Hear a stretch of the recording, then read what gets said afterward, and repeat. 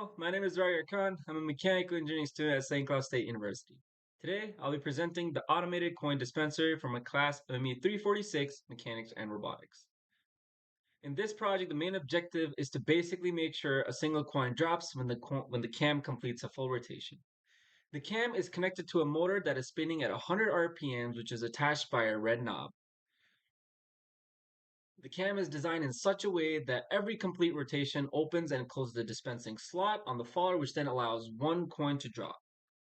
In this project, 4 quarters have been used and those coins have been held in place by a coin holder as shown. In the next slide, we're going to be talking about the cam profile. And in this project, we use a 345 polynomial cam profile. This cam profile was used because of the smooth movement that helps us so when we're running the simulation, it works properly. The dwell pause is used when the open to let the coins drop. The dwell close is to prevent jamming. The dimensions of the cam are calculated by the significance of the diameter of the coin and the diameter of the cam. And I've attached 2 drawings here, as you can see, and there's a close-up of my drawing to give you an idea of what my dimensions of my cam basically looks like. Uh, the close-up is attached just to give you an idea of how many followers I'm using and what are my pressure angles. And in my followers, you can see that my pressure angles are pretty high.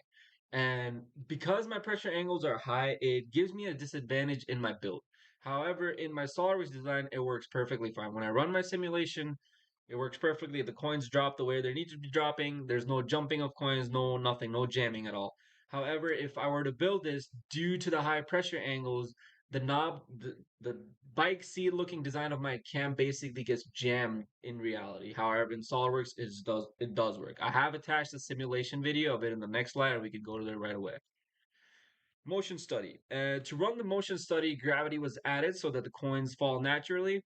The motor was added to rotate at the cam at 100 RPMs, as previously spoken about. The frames per second were set at 360 frames per second for a smooth motion analysis. Contacts were set so that the parts don't pass through each other. There's a video here, and I'll make sure I run it for you here so you can get an idea of how the coins are being dropped as the cam rotates. So as you can see, here's 1, here's 2, and there's 3.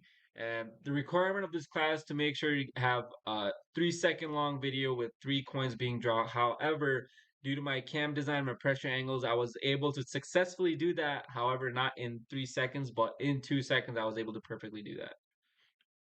The only thing that basically means is my cam is going to be moving quite quick in its rotation, and it's just going to keep on dropping the coins a lot quicker. Moving on to the next slide is going to be results. Our final. The project was a success. It gave us the perfect timings for when the coins were being dropped, and it gave us a smooth operation in SolidWorks.